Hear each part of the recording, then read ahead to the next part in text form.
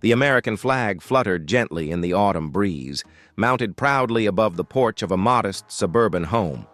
For most people, it was just another house on the block, but for Sergeant Daniel Hayes, it was more than that. It was his sanctuary, the place he returned to after years of serving in Iraq, where every sunrise had once been shadowed by danger and every night carried the weight of survival. Daniel was not the type to seek attention. He had seen too much, lost too many to care about petty neighborhood squabbles. His days were filled with rebuilding a quiet life, mowing the lawn, fixing his truck, and sitting on the porch with a mug of coffee while memories of the battlefield slowly faded into the background. But the HOA saw him differently. To them, Daniel wasn't a veteran who had risked his life for freedom. He was just another resident who didn't follow their endless rules. And when Daniel's pride in his service clashed with the HOA's obsession for control, a storm began to brew. It started small, a letter tucked under his door. Flagpoles are not permitted to exceed 6 feet in height. Another followed days later. Unauthorized decorations. Remove military memorabilia from the yard. To Daniel, these weren't decorations. The flag wasn't just fabric. It was the very symbol of what he had fought for. The worn boots on his porch weren't clutter. They were a reminder of sacrifice, of brothers who never made it home. Each notice struck deeper than the last, not because of the rules, but because of the disrespect. It wasn't just about a flag or a pair of boots. It was about dignity. The HOA wasn't just enforcing regulations. They were mocking his identity, undermining his service, and treating his pride as a violation. Neighbors began whispering. Some sympathized quietly, dropping by to thank him for his service. Others sided with the HOA, muttering about order and uniformity. Daniel stood tall, unshaken, but inside, frustration burned. He had faced enemies across the world, yet somehow the fiercest insult came not from a battlefield, but from the people he called neighbors. And then, the insult reached its peak. At a community meeting, the HOA chair sneered in front of the entire neighborhood. "This isn't Iraq, Mr. Hayes. This is a civilized community. Follow the rules or leave." The words hit Daniel like a punch to the gut. His jaw tightened, his knuckles whitened, but he did not lash out. Instead, he stood silently, his posture rigid, the discipline of years in the military holding him together. The room fell into stunned silence, half the community horrified, the other half too afraid to speak. What the HOA didn't realize was that they had just crossed a line no one should cross. They thought they were embarrassing him. But the truth? They had awakened something far greater. Justice was coming, and it would not come the way they expected. Because Daniel wasn't just a man with a flag. He was a soldier, a veteran, a protector. And the moment the truth unfolded, the HOA bullies would discover that some battles can't be won with petty rules and fines. The morning sun painted the quiet suburban neighborhood in warm gold, each house neatly aligned with trimmed hedges, identical mailboxes, and identical lawns. It was the kind of place where conformity was celebrated, where everything had its place, and where the smallest deviation could spark whispers among neighbors. At the end of the cul-de-sac stood a modest 2-story home that looked no different at first glance. But if you looked closer, you could see what set it apart. A tall flagpole stood proudly in the front yard, the stars and stripes waving gracefully with the morning breeze. On the porch sat a pair of scuffed desert combat boots, sun-faded and worn from years of service. To most, they were just boots. To Daniel Hayes, they were a reminder of the sand, the fire, and the brothers he left behind in Iraq. Daniel himself was a man of quiet strength. His hair, cropped short, carried a streak of gray. His posture was straight, his shoulders broad, and his eyes carried the depth of someone who had seen too much.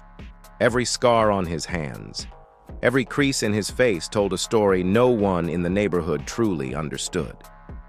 He was not flashy, not loud, and certainly not a troublemaker. After years of service, all he wanted was peace. Peace that he had fought for, bled for, and nearly died for. But in the eyes of the HOA, Daniel was not a decorated veteran. He was just another resident. And worse, he was a resident who didn't conform. The first letter arrived tucked neatly under his doormat. It looked formal, stamped with the HOA's seal. Daniel opened it casually, expecting some general announcement. Instead, the words hit like a jab. Notice of violation. Flagpoles exceeding 6 feet are not permitted under HOA guidelines. Immediate compliance required. Daniel read it twice, his brow furrowing. He looked at his flagpole. It was taller than 6 feet, yes. But this wasn't just decoration. It wasn't a garden gnome or a lawn ornament. It was his flag, his honor, his identity. With a sigh, he folded the notice and placed it in a drawer. Surely, he thought, they would understand. Surely, someone in the HOA would know the significance of what that flag represented. But the notices did not stop. Within weeks came another. Unauthorized items in front of residents. Please remove military equipment from the porch area. Military equipment? Daniel glanced at the boots. They weren't equipment. They were memories. They had walked through sandstorms, trudged through bloodied battlefields, and stood in moments when death was just inches away. Removing them would be like erasing a part of himself. For a moment, Daniel chuckled bitterly. He had fought in Iraq, a place where bullets pierced the air like angry bees, where every sunrise might be the last. And yet here, in the safety of his own country, his battle was with paperwork, fines, and neighbors who cared more about the color of mailboxes than about freedom itself. Neighbors began to notice. Some glanced at Daniel's home with quiet respect, murmuring thanks when he passed by. Others whispered disapprovingly, clutching their coffee cups and muttering about rules and uniformity. The divide was growing, but Daniel stayed calm. He had been trained for patience, discipline, resilience. Yet, under the calm, a storm was brewing. Daniel knew this wasn't just about a flag or a pair of boots. It was about dignity.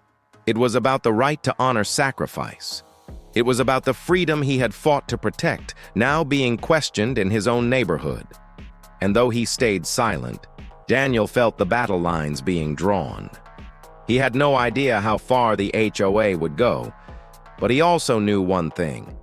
They were about to discover that some men cannot be broken by rules, fines, or insults. Because Daniel Hayes was not just another resident. He was a soldier, a veteran. And this time, the battlefield was his own front yard. The second notice had been easier to ignore than the first. Daniel tucked it away, telling himself it wasn't worth the fight. But soon, the envelopes started appearing like clockwork, each one colder, harsher, more demanding. One morning, as Daniel sipped coffee on his porch, a neighbor strolled past, slowing just enough to glance at the boots by his door. She offered a polite nod, but Daniel caught the quick frown she tried to hide. Later that day, another letter appeared in his mailbox. Failure to comply may result in daily fines. Items considered unsightly and non-conforming must be removed. Daniel sighed. He had fought insurgents in foreign lands, men who carried rifles and IEDs. Now, his enemy was a homeowners association board armed with clipboards and technicalities. But the sting was sharper here, not because of the rules themselves, but because of the implication that his service, his sacrifices, were unsightly. Soon after, Daniel decided to attend an HOA board meeting. It was held in the clubhouse, a neat little building that smelled faintly of fresh paint and coffee. The chairs were lined in rows, neighbors murmuring as they settled in. Some greeted Daniel warmly, clapping his shoulder, thanking him quietly for his service. Others avoided his gaze, whispering about trouble and making exceptions. The meeting began with routine matters: landscaping budgets, pool maintenance, parking complaints. Then came violations. Daniel's name was called, and he rose slowly, his frame towering in the small room. The HOA chairwoman, a sharp-featured woman with a permanent frown, adjusted her glasses. "Mr. Hayes," she said, her voice cutting, "you have repeatedly failed to comply with community standards. Your flagpole is too tall. Your porch displays military items that do not align with our uniform appearance policy. This community values order, and you are not above the rules." Daniel's jaw tightened. He could feel every eye in the room on him. He took a steady breath before responding. "That flag," he said, pointing toward the window where the stars and stripes waved outside, "isn't just decoration, and those boots aren't clutter. They're reminders of brothers who never made it back from Iraq. I didn't put them there to upset anyone. I put them there to honor sacrifice." A ripple moved through the room. Some neighbors nodded silently, others shifted uncomfortably. But the chairwoman didn't flinch. She leaned forward and smirked. "This isn't Iraq, Mr. Hayes. This is a civilized community. We have rules here. If you can't follow them, perhaps you should reconsider if this neighborhood is the right place for you." The words landed like a grenade. Gasps filled the room. A veteran, dismissed and mocked publicly by someone who had likely never set foot on a battlefield. Daniel's knuckles whitened against the back of the chair. Every muscle in his body wanted to lash out, to unleash the anger boiling inside him. But years of discipline, of training to control his reactions under fire, held him still. He met her gaze, his voice low and steady. "Ma'am, I didn't fight halfway across the world to come home and be told I don't belong in my own country. Respect works both ways." The silence that followed was heavy, suffocating.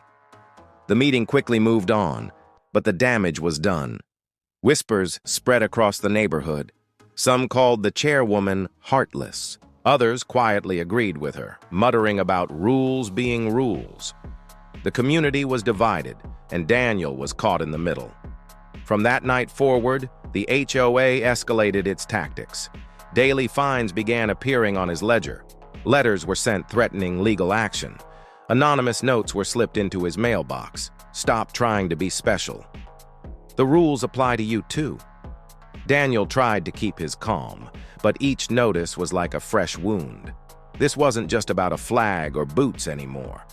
It was about respect, something he had earned through blood, sweat, and sacrifice, and something the HOA seemed determined to strip away. But what the HOA did not realize was that, by pushing him this far, they were setting themselves up for their greatest mistake. Daniel was not a man who backed down. And the more they tried to break him, the closer he came to showing them what true strength looked like. The notices, the fines, the threats. They had all piled up like a weight pressing down on Daniel's chest. But the true breaking point didn't come in the form of another letter. It came in a single night, under the glaring lights of the HOA's monthly community gathering. The clubhouse was packed. Rows of folding chairs lined the room, the air thick with chatter, the scent of coffee and pastries drifting from a side table. Daniel sat quietly in the back, his broad shoulders stiff, his hands folded in his lap. He hadn't planned to speak, but after weeks of pressure, he knew he needed to face this head-on.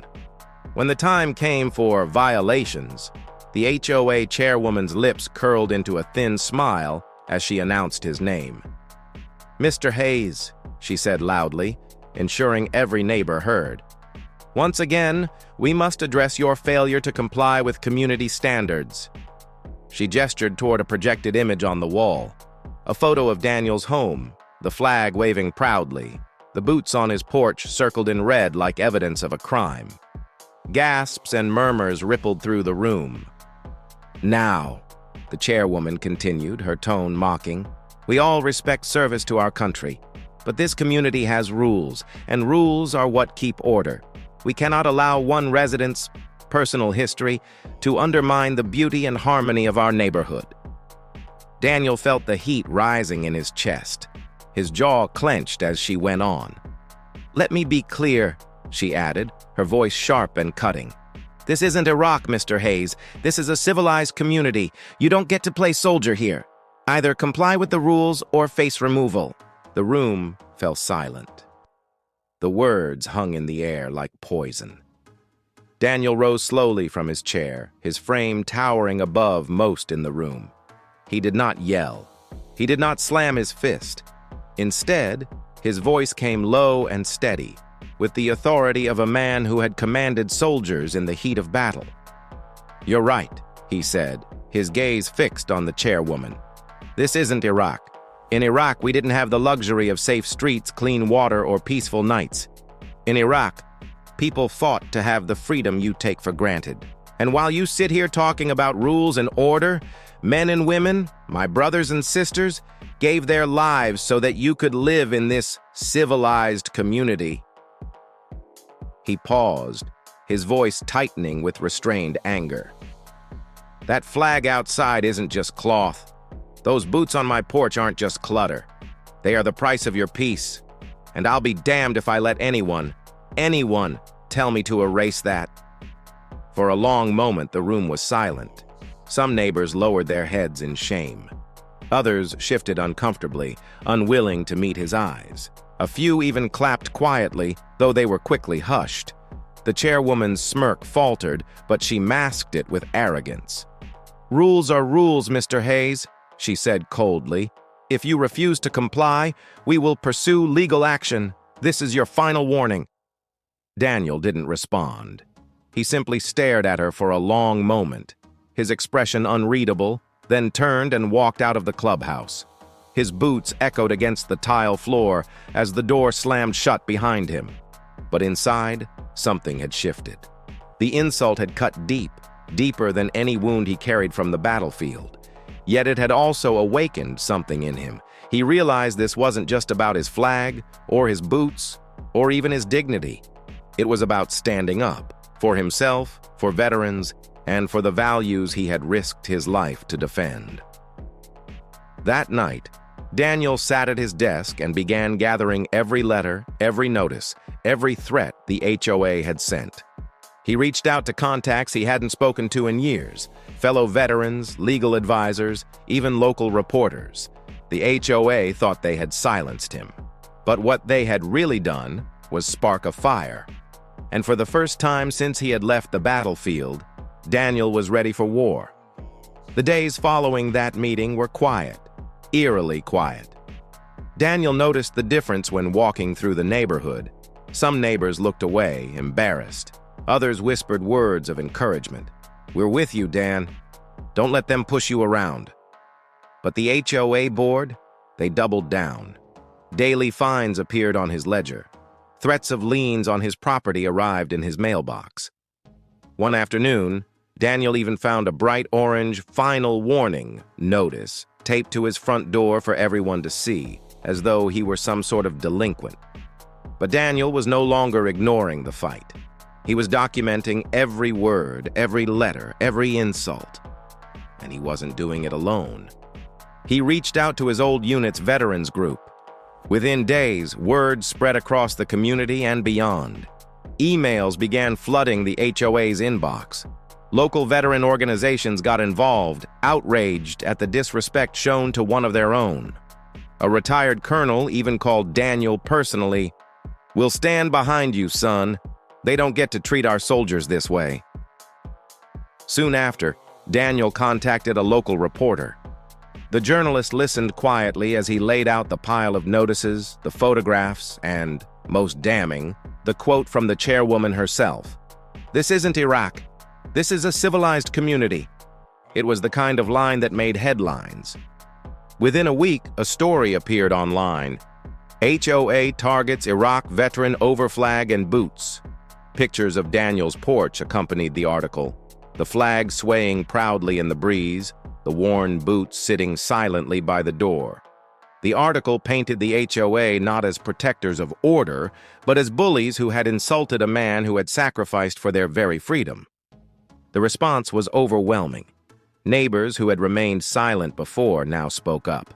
Strangers from across the city drove by Daniel's home just to salute his flag. Local TV stations picked up the story, amplifying the outrage. But the biggest twist came when Daniel, guided by a fellow veteran-turned-lawyer, filed a legal complaint. What the HOA didn't know, or had conveniently ignored, was that federal law protects veterans' right to display the American flag. Not only had the HOA disrespected him, but they had also violated a law that could carry serious consequences. The next HOA meeting was nothing like the last. The clubhouse was packed, but this time it wasn't just neighbors.